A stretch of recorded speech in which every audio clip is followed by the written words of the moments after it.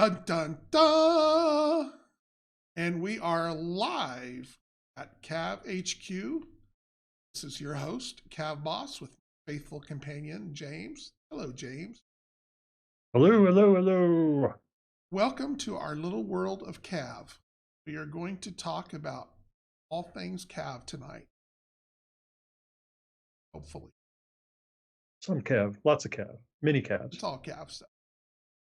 So, no painting, Hobby no habits here. terrain. We're talking CAV. Whew. Yeah, thank goodness. Yeah. All right, so we'll give everybody a couple of minutes to get caught up here before we jump into the meat. But I hope everybody is doing well tonight and staying warm. It is surprisingly cold in It's Oklahoma. This is very chilly. Well, did you guys get snow down there? Yeah, for the first time in several years, we had what I would actually call snow, probably 3-4 inches. Wow, we got about a half inch. It's gone. Really? Hey, still cold. Yes, We in got it. case people did not notice, we actually do have our own first custom emote. Our little Yeah, dictator I saw guy that guy leads the way. leads the way. Hello to Leapling Bunny, the Hobby Habit, Mere Dude, Gimli. Everybody's showing up tonight. Thanks. That's a party. Oh, no, is that what builds up in my user? Ha ha ha ha. Thank you, Mr. Yeah. Florida guy. Got to clean it out once in a while. Yeah. Just let the hurricanes take care of that snow in your freezer for you. I guess that's our lucky thing here in Kansas, is very rarely do we get deep, deep snow. And what snow that we get is usually gone the next day. Yeah, we don't get much either. Yeah. Once every 3 or 4 years, we might get a real snow. Yeah. But we'll start getting in the real cold next month. That January, February. A little dicey. A little nippy. Yeah. So makes it easier to do stuff out in the shop. It's a lot easier to work in the cold than it is hot in the summer. When I was very young, I went to college in Ithaca, New York at Cornell, having grown up in Oklahoma my whole life. And so I came out one morning to the first real snow, and it was like 9 inches or 11 inches or something. And there hadn't been any overnight or when I went to bed. And I was like, oh my gosh. And the very first thing that happened when I stepped out the door of the dorm was a tree limb fell off and crushed somebody's car. So it was amazing. I've seen that happen with ice. It's kind of ugly. I got the biggest, I guess, appreciation for snow. I drove over Donner Pass one winter. Ooh. And you could literally look up the sides where as each snow comes in, they keep just clearing the road, but everything to the side stays. And I mean, it was double the height of a semi truck, Wow. like It's like just practically a tunnel. wall of snow. Yeah. You're like, oh my gosh. So. Yeah, when I first got to college up there, I walked across some of the bridges that they had, and the bridges were not solid. They were made out of like interwoven lattice, right? Like a grill. And I didn't know because it was fall. I had no idea. I was like, why is this bridge built this way? So the snow won't accumulate on it. It'll melt and fall through. Yeah, it's snow. It's something. It's something. So it's especially with the weight, that's you see all the time with roofs caving in and collapsing. Yep. But not for Mayor Dude. No, not at all. No. All right. So where are we? Let's see here. Now we'll give them another jump in. Calves and chili. So maybe that'll put you in the mood for Christmas. That's your Christmas snow talk there, Mayor. Yep. Hopefully he'll enjoy it. Ho ho. While he's sun tanning. Long time since I. Yeah, you're right. Very long time.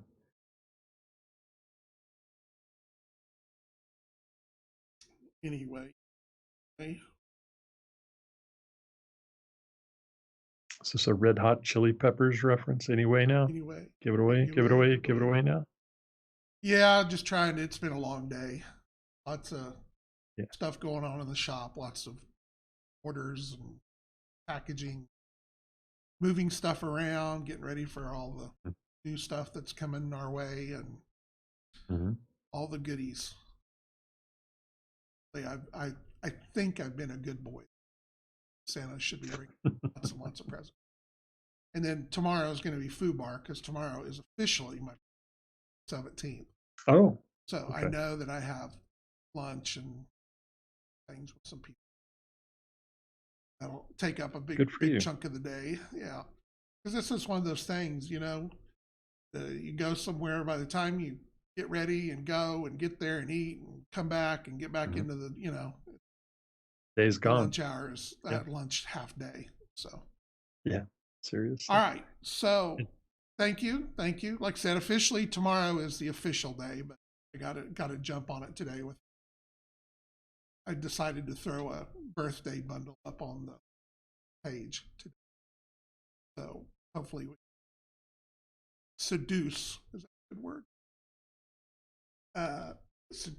Entice some new people to pick up the game. Join us in CAV land. So I had mentioned, I had talked a little bit on, I put it up on Facebook a little bit, and I know it's been talked about in Discord a little bit here and there, but looking forward to the future.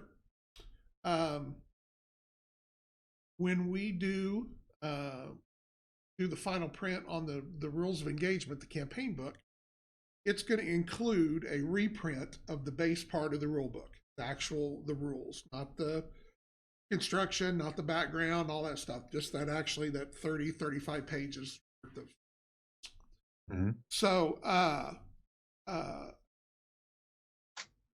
part of that will be to bring everything current with any errata, you know, and kind of rephrase things that people's had problems with. But one of the things that I'm looking at, and these are all rules that were in the game originally, before when I was writing the new version of CAV. And I talked myself out of most of these, or somebody else talked me out. And I'll kind of go over some of that reasoning, but thank you. So the number one, I guess the first thing is to talk about what I expect CAV to be. And when you're playing big stompy robot games, it's a little different than playing 28 millimeter figures, army units, and things like that. The basis of what you play is the same, but how you kind of go about it's a little. You know, you're talking about these, you know, in our case, 30 and 40 foot tall machines stomping around and shooting each other. And, you know, obviously in the grand scope of things, if you think about it, you know, mechs are not really probably what you would ever see as a real combat type of deal, but they're cool. It's a cool thing. They are cool. So, you know, with that in mind, you know, the object of the game that I see is we want everybody to get out there and stomp the living crap out of each other. I mean, that's what we want to do. We don't want it just to turn into a run around the corner kind of thing, or spend a lot of time chasing each other. You know, CAV is deadly, and CAV is meant to be deadly because in the grand scope of things, war is deadly. Tanks don't usually get 2 or 3 shots to kill them. if it's either a shot that'll kill them or it's a shot that won't kill them. And that's really what you see in the game. I mean, there are weapons in CAV that are heavy shot, get through the armor kind of things. And then there's a lot of the smaller stuff that's not designed to go through. You know, but a light laser is not intended to go out there for you to take out an emperor. That's the levels of weaponry that you have, just like you have in the real world. So, so that was the idea behind CAV. Is I wanted people, we want to be out there shooting, we want to hit each other, we want to do damage. Obviously, one-shot kills are not fun as a overall part of the game. Um, then because it gets kind of almost chess-like at that point if it's maneuver and one shot kills. So that's kind of the idea behind it. When I put things together, that was kind of what I was going for, and I kind of backed off a little bit because I was afraid maybe it was too deadly, or or whatever, talking to other people and stuff like that. So I changed some numbers and changed the way that we did a couple of things, and I really want to go back to that.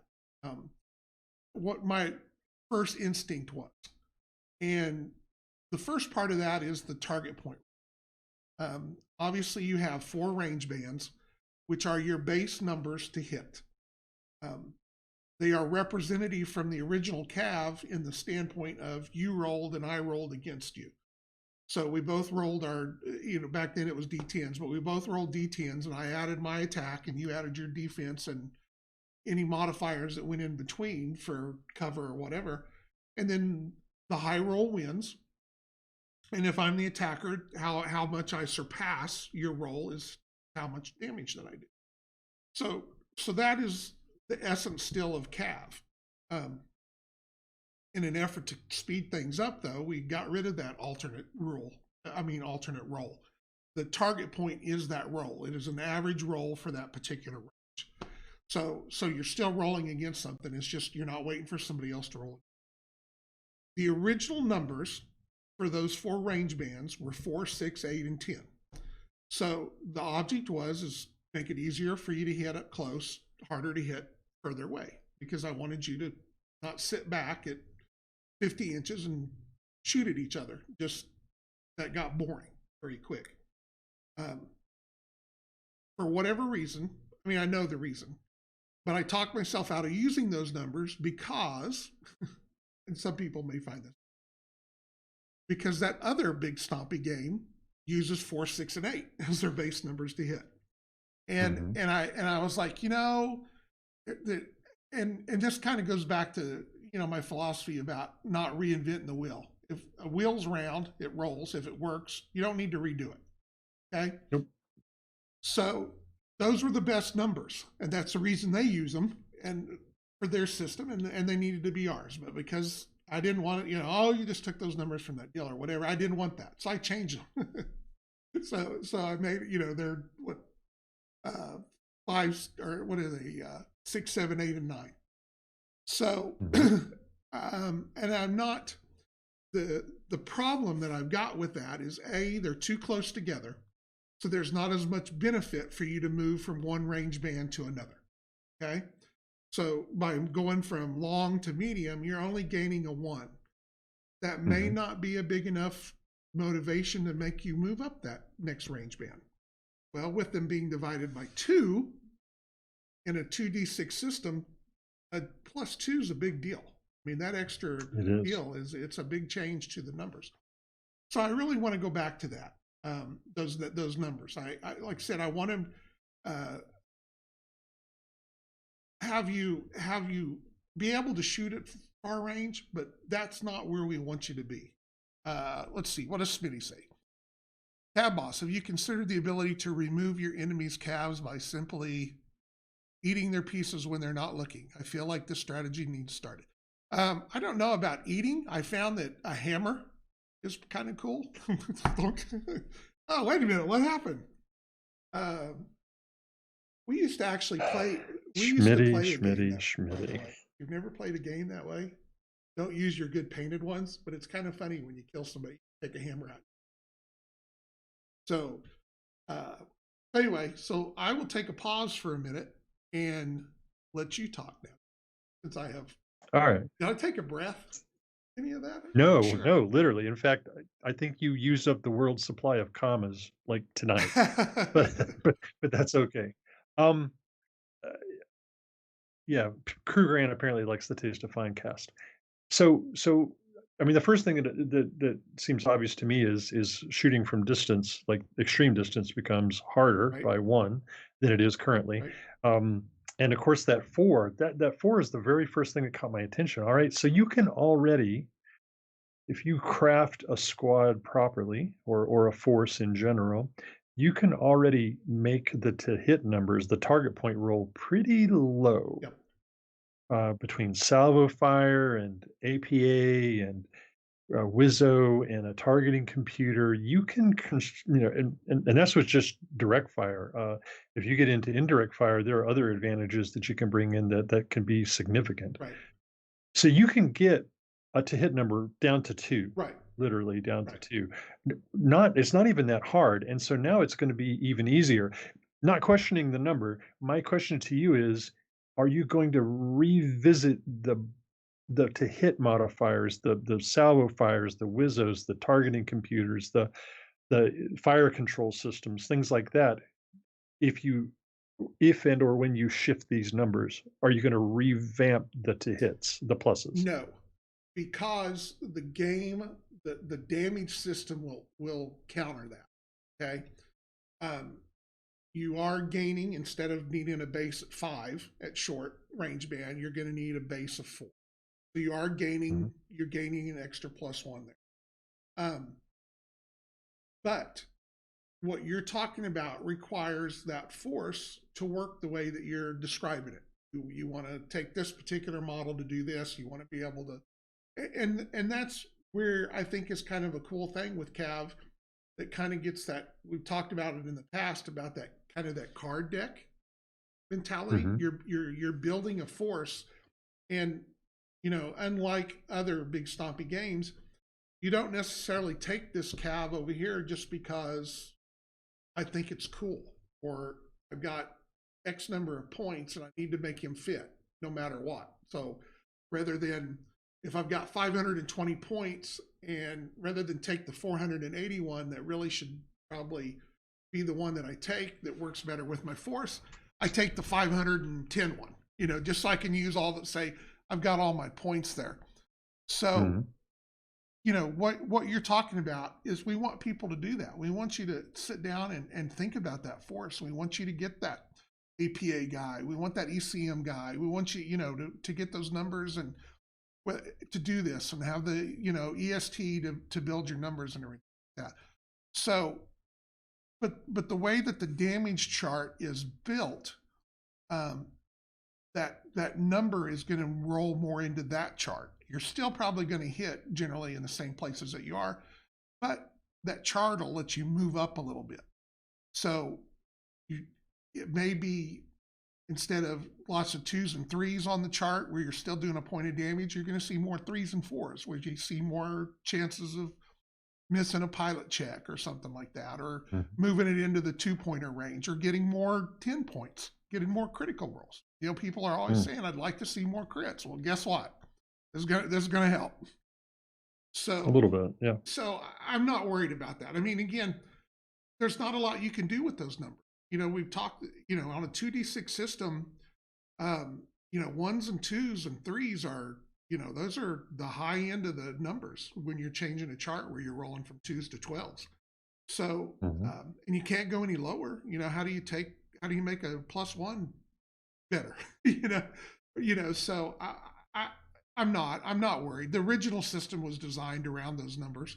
I just dropped them because I didn't want to get accused of, oh, you're just grabbing somebody else.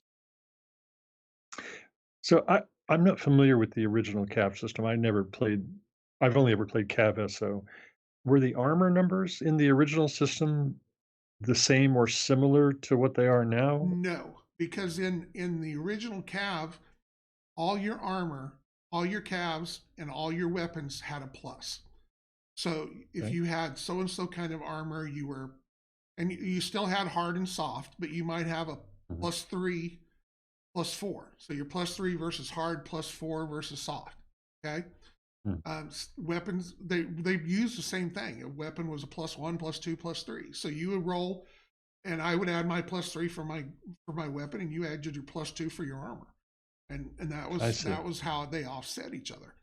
Um, but because of the way that we're doing it now, the reason I changed it a little bit on how you do damage, as opposed to adding it on the backside of that, was to keep the problem that system had, and D10 made it even worse, was all the little guys. the first thing that happened is the minute all the little guys got in range, they were dead, both sides. So everybody creamed the little guys, and then it was the rhinos out in the middle of the board for the rest of the game, and that was boring. It just didn't float my boat. You know? So by doing the way that we do damage now, that we separated the hit and the damage, so you actually have to hit and get over that armor number before you have a chance to do damage. That allows the little guys to at least be able to stack their numbers and cover to get up high enough that they may not have the base armor of a rhino or whatever, but between double time and heavy cover or light cover or do this or, ECM or whatever, you can get a +4, +5, stacked on top of your armor. And it's not making you emperor-like or something like that, but it gives you the ability to survive out on the battlefield, at least for a couple of shots, without just being, because I mean, literally, James, I mean, with no whatsoever, every game that was originally played like that, and it rolled over into CAV too. People can say whatever they want about what they think about this game or that game, but it was the same problem. And D10s made it even worse because of the total randomness of a number, and that's why when you go in and look at the CAV2 models, everybody had the same armor. There was only 3 or 4 points that separated armor. They had, I think it was like 12, 13, 14, or 15. Because if you went either way, the randomness of the D10 just destroyed the system, because of the kills. So you couldn't change those out. And that was kind of weird, But literally, both in CAV 1 and CAV 2, if you didn't have enough cover on there, everybody lined up, and all the little guys and lower medium guys were gone in 2 turns, and then it was just big guys bashing on each other. So that got pretty boring. Was that? It sounds interesting. It's just going to be a little bit bloodier starting on turn 3, maybe. Probably turn 2 if you're fast. Yeah, well, and that's the reason we have the ranges that we have, in the way that we do. Again, I don't want to play a game where we spend the first 4 turns just maneuvering. We're not playing a game of movement. We're playing a game of combat. So with our ranges and the way that we do everything, that's the reason why the move values are what they are, and you can double move. If you've got, if you're got a 10 speed of something, you move almost 2 feet if you want to. And if you're on a 6-foot board, guess what? You're out there pretty quick. So, all right, Smitty asks, El Honcho, do you see a dedicated straight base-to-base dedicated CAV or infantry unit ever coming into existence? Well, I think infantry is already that way. I think with the grenadiers and some of you can build a base-to-base specialized infantry. That their job, you can go out there with satchel charges and things like that, and make a group that is dedicated to go out there and fight base-to-base. That's their deal. They're not a shooter guy. They're to get up there and climb up and kneecap somebody or take out a hip or whatever. Now, making a true base-to-base CAV to go out and punch and kick on somebody or everything like that, probably not, because I know that there's people that like that. Obviously, you get that with the anime and everything like that, with the swords. Yeah. I don't see CAV being that way. CAV is not that kind of game. CAV is walking tanks. We're fighting as close to what I hope is, what.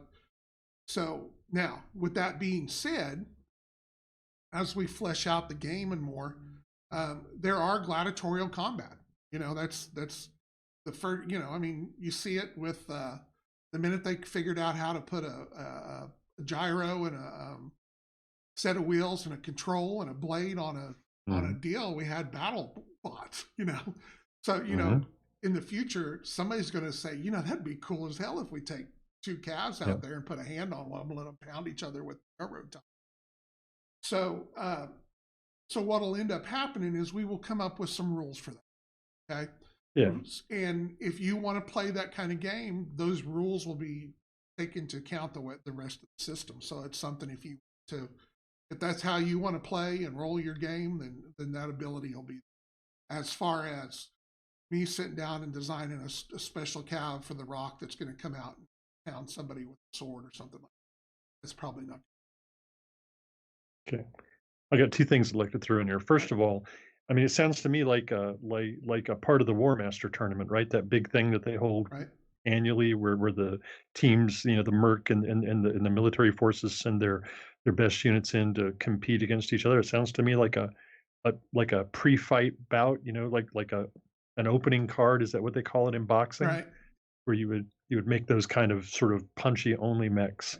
And the second thing I want to say, and this is kind of tongue in cheek, but also kind of a real world experience. Um, that CAV already exists. It's called the Crusader, and any other CAV that's only equipped with particle bolt guns, um, um, because when you burn out, that's all you have left, and that happens to me every time. Right. It seems like every time. And that's always been the hardest thing to get people to wrap their head around close combat in this game. We wanted to have something to differentiate the fact, when you're neck and neck, but close combat in CAV is not fist to fist fighting. It's not kicking each other or anything like that. It is just, you've got so close to one another that it's almost like a little mini fight inside of a fight. Is once you guys have got and that's the reason why one of you have to break, is it's you've become so focused on each other that it's that dance, where we're not showing it, but you're still moving, you're maneuvering, you're trying to get an arm up, you're trying to get a cannon underneath the cockpit or whatever. And that's where base to base, that's where our close combat comes from. And that's what's based on the way the numbers come up with their pluses. Your actual armor and the weapons that you are equipped with is figured into that close combat number. So weapons like rockets and max and everything like that have absolutely no benefit whatsoever on your close combat number. So it works into that, and it works well. What we actually wanted to do is we wanted to make it so that if it actually did that, is you would just keep rolling against each other till one of you were dead. But the problem is that too much squeeze the time down into such a small deal. It wasn't fair to everybody else, and there was too many opportunities for people to take advantage of that and ruin that. But I always thought that would be kind of a cool thing. Is once you guys get into close combat, you're done. There's no more. We roll off until one of us are dead. So yeah, that's very abusable. Yes. To me, there's a term from martial arts films called gun fu. John Wick is a perfect example of it. To me, that's what CAV combat that's is. What it is. It's people shooting each other from close range. And that's the reason why, tanks and aircraft cannot initiate close combat. I mean, aircraft at all, because they're flying. That's another concept some people have trouble wrapping their head around. Is what if an airplane in CAV doesn't use a movement as part of their turn? Do they fall out of the sky because they didn't move or anything like that? And that goes back to there's no way that we could recreate actual aircraft speeds in the game. I think that I figured it up one time for like an A-10. I think an A-10 would have a base movement of 45 in the game if you really figured it out like that. So obviously we don't want to give 45 inches worth of movement, so 90 inches a turn to a plane. So in the game, the planes are flying all the time. They may be in this area and circling, or they may be doing this or whatever, but they're always flying. When you actually spend a move action, you are just changing your area of control as where you go. So that's what happens. Planes are still flying, We're just taking into account that a lot of that extra movement is being used for circling and whatnot. Everybody, we're on a roll tonight. This is Yeah, crazy. But they're full of themselves. and that's the same thing with tanks. Tanks cannot initiate close combat, but they do have the ability to at least defend themselves. So they may not be able to do damage, but they can avoid taking damage and then take a chance to get away. So anyway, so that's kind of the way I'm leaning as far as those numbers. Anything else throw in there, James, or something I haven't thought of, or I mean, it's a giant subject because you're talking, you know, it's a huge change to and the game, there's more things but I that we'll think it'll talk work. about as we because again, and this kind of rolls into the other part of this. I CAV is a game of maneuver and shooting. We want you to move. We want you to shoot. We want you to get down there, and we want you to whatever you want. We don't want you sitting still. We want you to keep moving. We don't want you to get down, and part of that will come into it even more.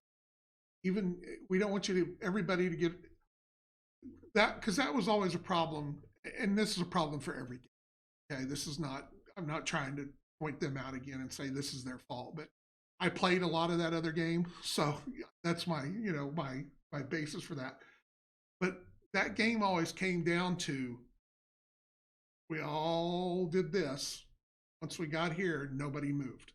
Okay, and it turned into a shoot fest of standing still, shooting each other until somebody's dead.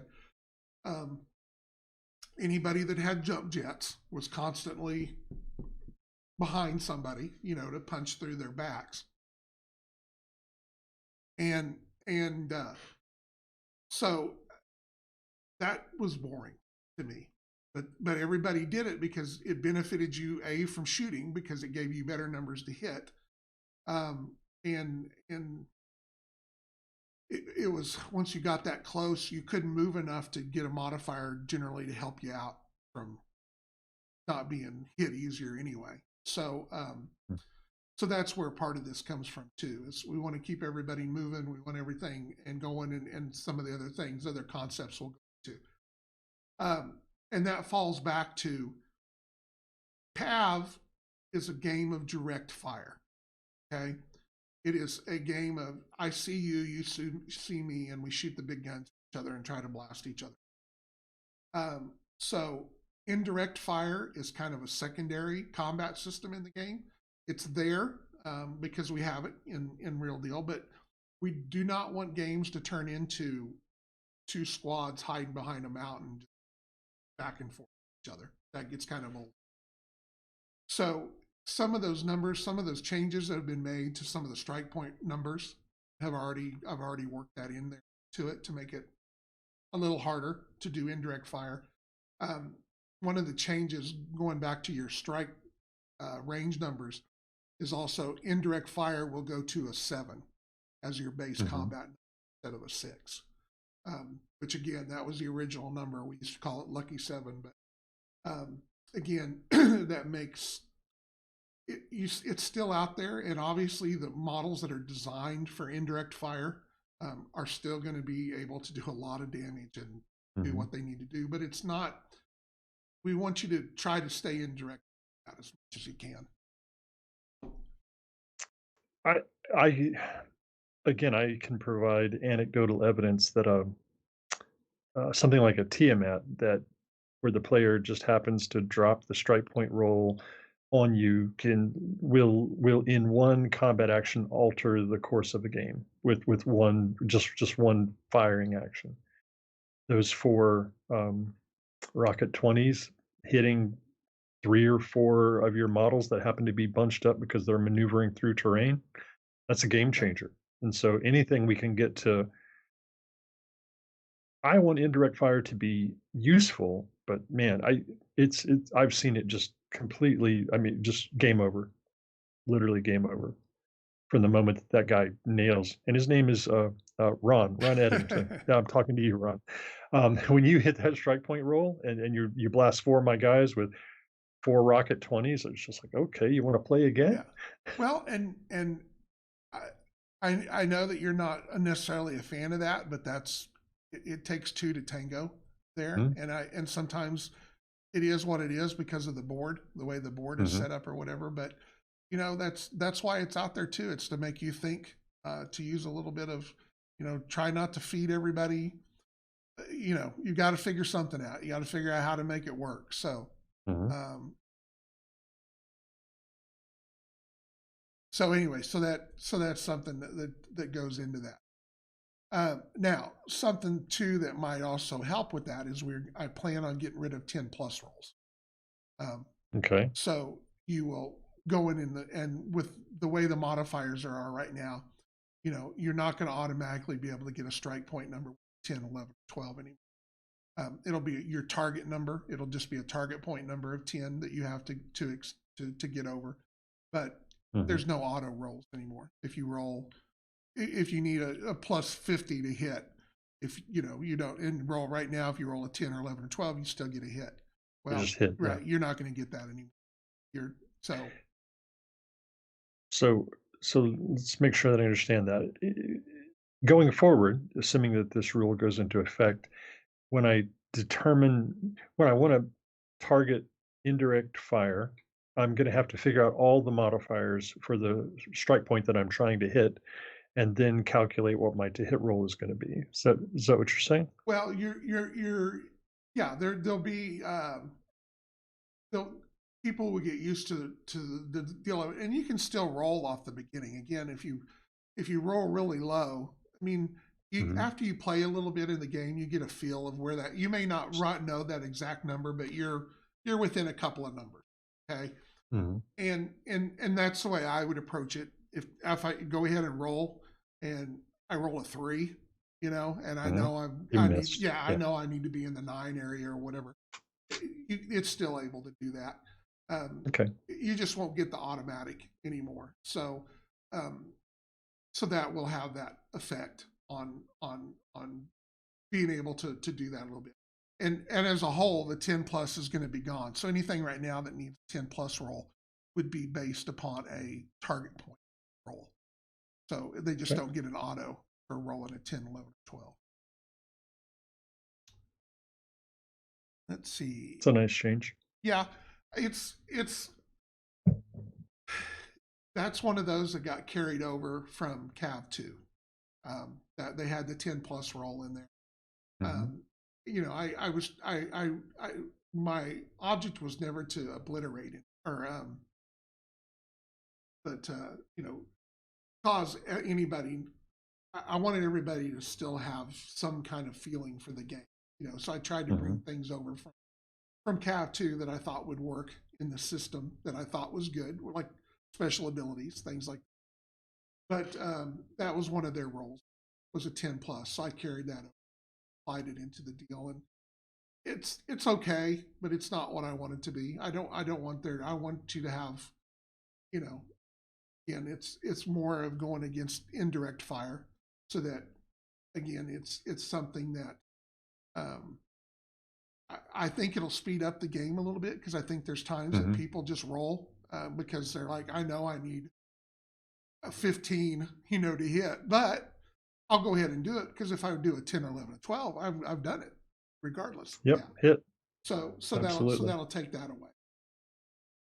I think it also reduces the complexity of the game a little bit in that now both direct fire and indirect fire have the same kind of mechanic. Whereas before you had to realize that the 10 plus roll was different from the regular to hit roll.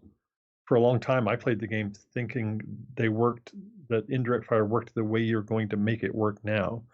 In fact, it was Chris Lewis who finally slapped me in the face and said, "Hey, James, doesn't work that way." And I was like, "Really? Okay, Yeah. yeah, you're right. How about that? 10 plus." Now going forward, the only two roll types that'll be in the game are opposed rolls, target point rolls. So Okay, no more 10. good. Um, and then uh, I want to also, I talked a little bit about movement modifiers. We already have them Okay, in the game with double time. Um, right. in the last errata, I did add the model state stationary. So if you did not conduct at least one move action, you were a +1 for somebody to shoot at. I originally wanted that to be +2 because it was literally it was supposed to be the opposite of double time. Okay, so double time's +2, stationary should be +2 to an attack roll. So and technically, double time would be a -2 to attack. It depends on which way you figure it. Everybody does it a little. So something that rhymes with Haas, talked me out of doing that. He's like, "Oh no, that's way too much. That's too much. +2 is way too much." So I came up with the new state and I put a +1 in there. Well, I want to go back to what my first feeling was on that, because I want it to be a +2. Get rid of the model state stationary, because we already have a model state for that. I forget. It's not the immobile one. It's something, I forget, whatever the other one is that's named that. So that way we don't have to put another state in there, and it's just +2. Because I want you to move. If you don't want to move, that's a decision that you're going to make. But whoever shoots you gets a +2. So to their combat roll, and that I do kind of like that +2 affects both the indirect and direct fire combat rolls. So if they get on target and they make their combat roll and you didn't move, they're going to get a +2 to that roll. So it's up to you. You have to. That's one of those balancing things. Do I stand still and make sure I get my hit a little better, so that I can use my targeting computer and shoot? If I don't have somebody to do ST. Because that's one of the things I've had people ask me about that too. Well, if I don't move, why don't I get a plus to hit? Or, some games have aim. Why don't I get to aim? Can I use an action to aim? And we don't. The plus that you get for not moving is you get to use a targeting computer. You have a targeting computer as far as a plus. I mean, everybody has a basic targeting, but if you have an advanced targeting computer, or you want to do guided missiles or whatever, if you don't have somebody out there to do your EST for you and pass that on, then your decision is, do I stand still and get that benefit, or do I move and shoot? So it's already there. It's already figured into how in the game. It's just not a separate. Again, we don't need to put another level of complexity in there. What we've already got. Smitty Jensen is on the roll tonight. He's a comedian. He's the, I don't know. He's the funny man of CAV. That's for sure. So listen, go ahead. I just want to throw in just real quick, and probably everybody in the audience understands this, but a second ago you were saying that, like standing still turned on your targeting computer. What you really mean is, if you don't move, you can take an extra action to try and get a target lock, right. And if you're successful, then it'll turn on your targeting computer. Correct. Okay. I just want to make sure, in case there was a new player out there who wasn't 100% certain what you were saying. There's a step in there that CAVBoss was assuming everybody understood. Right, and that goes into that is your target computer is always working. You can't shoot if your target computer is not working. But again, that with the advanced target computer and doing the target locks and everything, that's taken what your basic system is one more level or two more levels, to get. So you're spending more time to get a better shot, something like that. Right. So that's where that comes from. But yes, you're correct. It's a matter of I'm spending that extra action to get that, rather than move, because that's where it all comes. I mean, your perfect 3 is to target lock, move, and fire. Or move, target lock, and fire. That's the 3, but you only got 2. So that's normally something. Yeah, something's got to be. You either have to design your force to work around that, or you have to give one of them up. So anyway, so I think that's the big 3 that I brought up, and that I'm really looking at tweaking a little bit as far as down the road. It's not anything that we're doing right now. It's all optional. If you want to try it out, see if it works in your game, give me a little feedback or something. That's great. But if not, it's probably something that you may see change when the rules of engagement. So, because my whole philosophy behind this is I don't want to invalidate anybody's rule book. I know that we've made changes and there's, for whatever reason or whatever, but 80%, 90% of the book is still valid, even with the errata and changes and stuff like that. So, I'm not going to make you go out and buy a new rule book. We're going to do the rules of engagement. Generally, my feeling is most people, if you play a game and a new book comes out, you're going to get that book anyway. So by putting that rules in there, it's just an added bonus so that you have them all in one place without actually having to go out and buy and replace a book that you already have.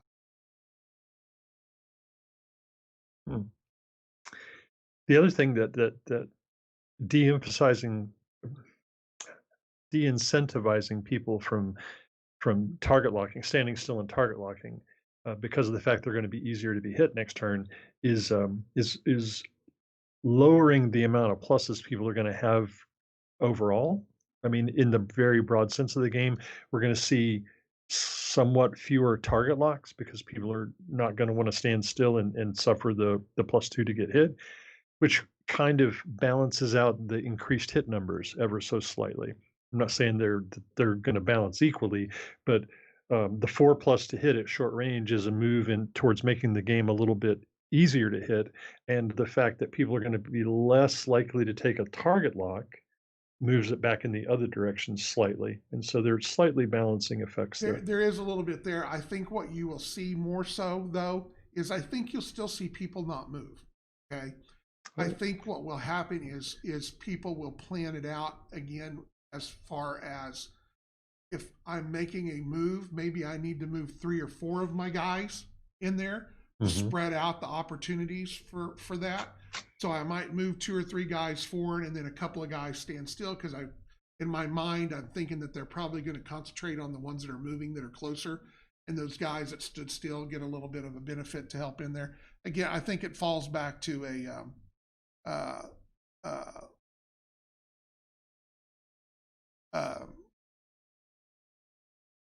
how you play as far as deciding what works for you. Is this do I need to stand still right now, or do I not want to stand still?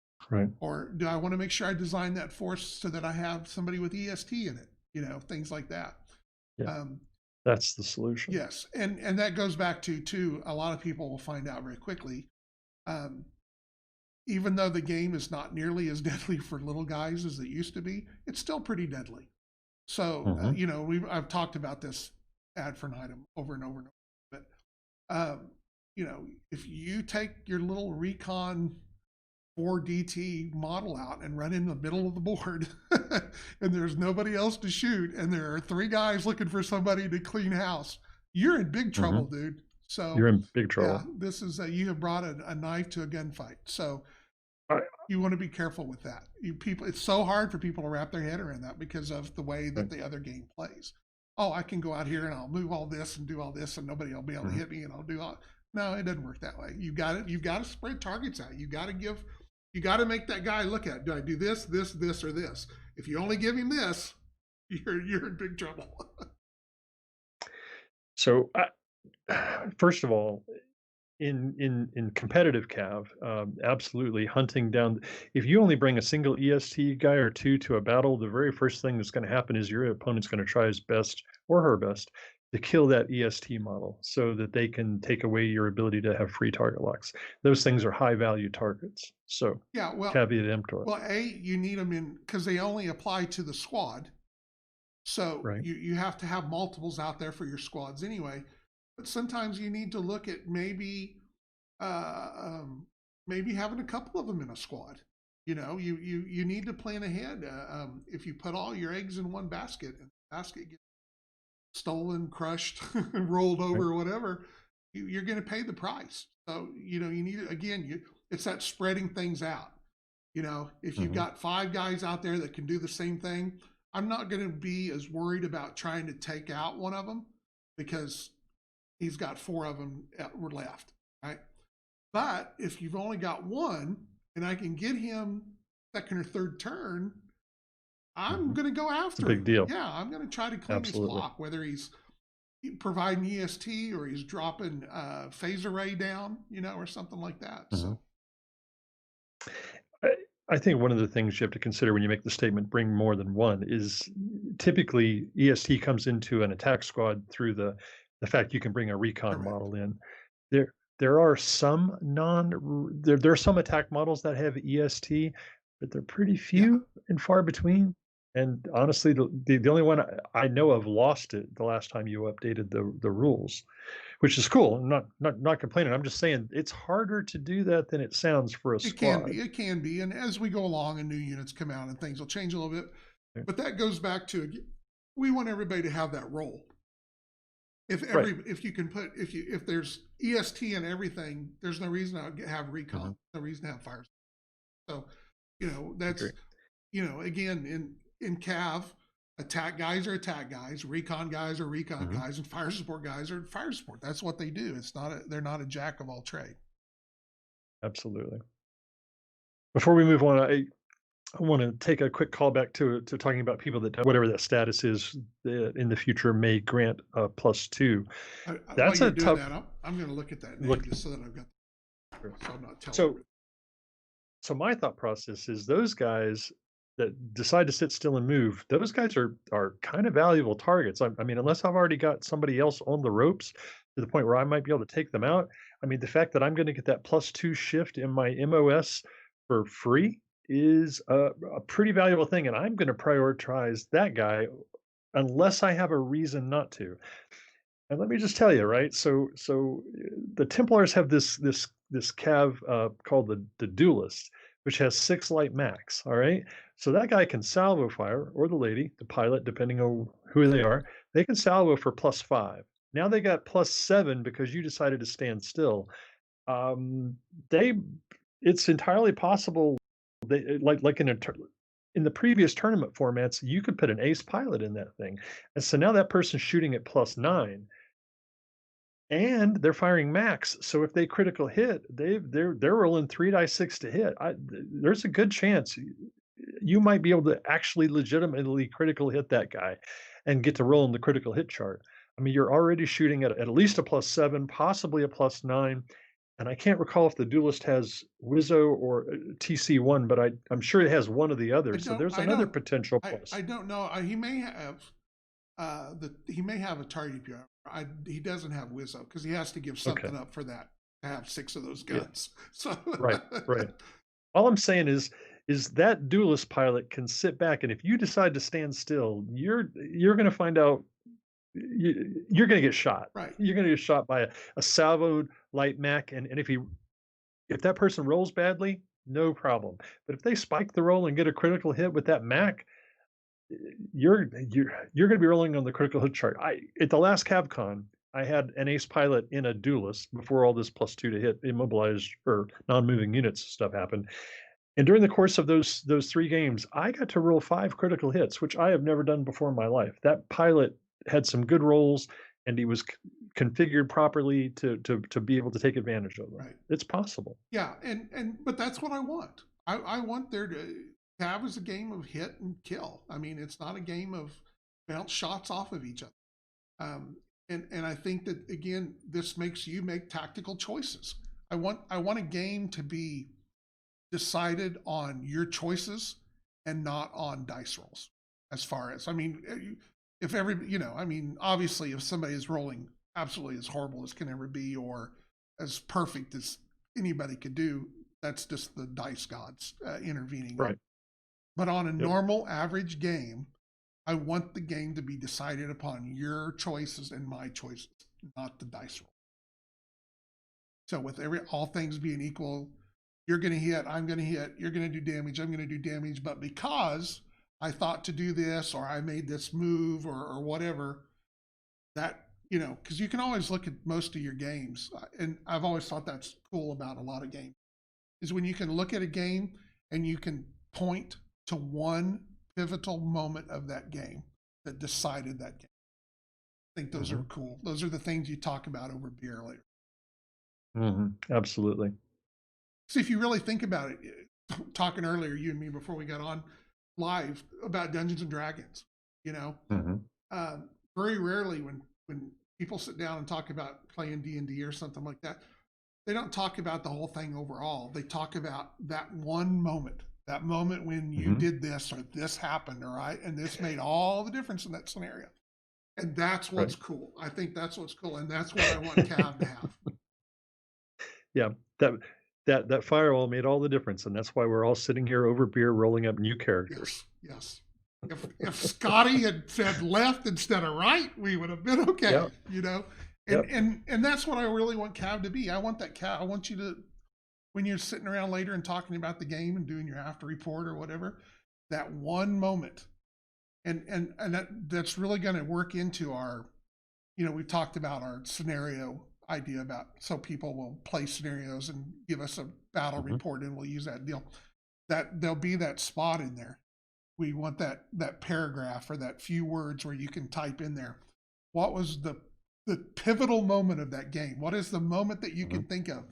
And it, you know, it's, I told Scotty to go left and the little bastard went right. You know, and because we can take that and bring that into the story and everything like that. So that's what I'm after. Hopefully I'll get there. Right. It's getting close to time. It is. Is there anything you want to cover before we have to wrap up? No. Does anybody have any questions or any other aspects? I mean, Smitty has really kind of cornered the type side of this thing, but please jump in if you're not hurting my feelings. If you think I'm just going the wrong direction or totally screwing your game up, I want to know. I want to hear. I want, you know, tell me I'm doing it wrong. Because if I don't hear anything, I automatically assume I'm right. So, I mean, listen to your title. Yeah, CAVBoss. CAVBoss. He's the boss. Hey, Smitty, a few paragraphs ago, you mentioned something about not ever really getting a chance to have played a game. Let's. I know you're somewhere in Oklahoma. Reach out to me offline and let's find a way to fix that. Well, and do not forget Saturday, I am playing online.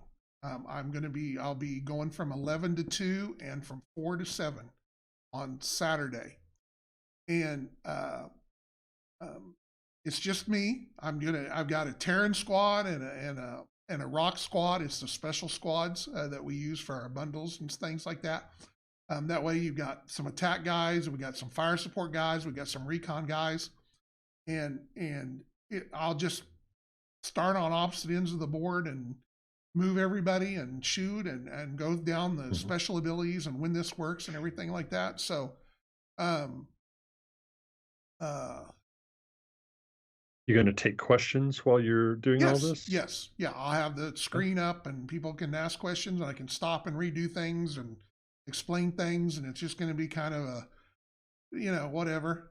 I did, Nate the Great did actually say something that he might come and join his dad on Saturday. So maybe he'll be here to help a little. How's the index for the new book? Well, we got to get the new book done, and then we can get the index ready.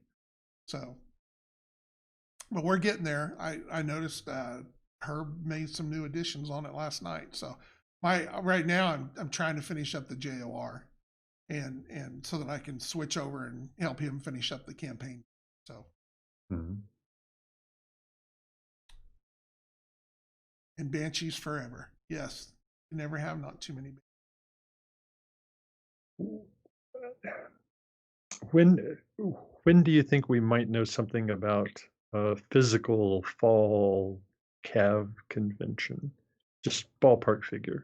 Like, well, I don't, because nobody can commit to a physical convention right now. So because we're down to, we have three options.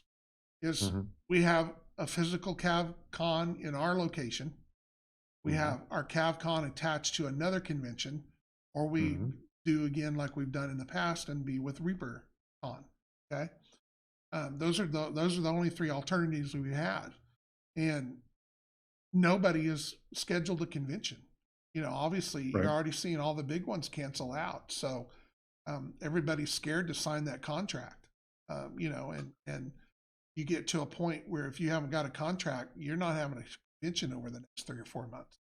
It's not happening. So Shows. I I saw a headline, and I didn't get a chance to read the article, that the headline suggested Gen Con is planning on happening in person this year, Right. currently. Right. So I guess what I'm really asking you is, how much lead time do you need? So like if if if if in September it was okay to physically gather in large groups like we have in the past, how far back in the year do you have to get that info before you can do something? I think May or June is going to Okay. be where we'll have to finally make a decision. I think, and here's kind of a caveat with that with Gen Con is those type of conventions sign 10-year contracts, right? Right. They're already signed up no matter what. Hmm. So they have to look at it from the standpoint of we're already signed the contract, we're already under whatever deal that we're going to be. Whether there's any kind of escape language or whatever that gets them out of there or not, I don't know. But um, uh, they they're just looking ahead, and I'd be in the same boat if I had an August or a September convention. I'd tell you right now, oh yeah, we're having our convention, Hmm. but it isn't 100%. Don't Right. don't think it's 100% just because they say they're going to do it. Um, we've still got a long road to hoe here, and think that that's what we're going to have to wait and see. But as far as I really don't think anybody will 100% know for sure about any shows until May or June. Sure. So, I I like I said, I was just trying to get a point. Where's the cutoff? yeah, If we get to June 1st and we don't see significant signs of this being defeated, that's about the time the fall conventions are yeah, out. Okay. yeah. No, that's like I said, because if generally we try to sign contracts and buy tables and do everything like that 3, 4 months, 5 months ahead of time, So that's the reason I Hmm. knew shows like Adepticon and stuff are going to close down because we hadn't got anything. We haven't even got an email saying, "Hey, stand by," So I knew everything like that. Um, Tentatively, right now, I don't think there'll be a show, but we, I hope I'm wrong. We are planning on doing our virtual show again in March. We Hmm. have got to get pretty soon to start planning for that. Yeah. At least with it being Yeah. virtual, we're not as tied into. We don't have to worry about space or whatever. It's so I mean, you saw how we did it last year. I mean, it wasn't the show that everybody might have wanted or whatever, but we got that thing ready in a week and we're playing. Hmm. So it'll be a much better event this time with everything. So and get more people Yeah. involved and not spend the last week. Hey, calling up and say, hey, let's go ahead and do this anyway. I know we talked about it a month ago, but what the hell? Let's go ahead and do it. So okay. So anyway, so we are at the end of our time. Um, a good conversation, I think. At least people gives them an idea, thoughts into my mind, maybe, or what I'm trying to develop for the game to get there. Um,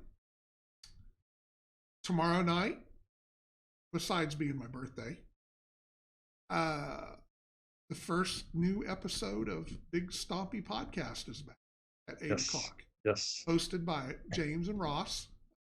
Me and Ross. And me and Todd will be joining along for a little caller commentary.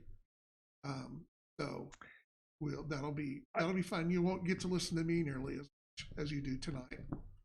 That'll be good. James will get to talk more.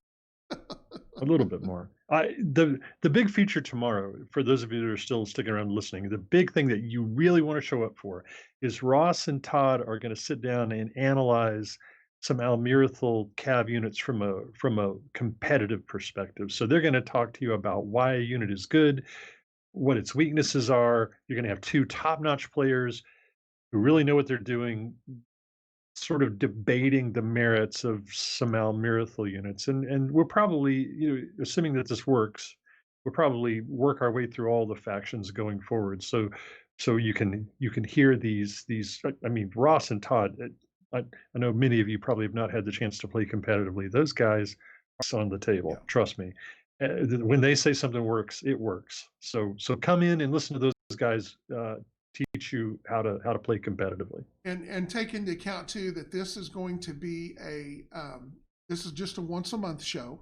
Hmm. We are right now it's being planned on every third Thursday of the month. Um, so it's not something that you're going to see every week or whatever. It's going to be on there.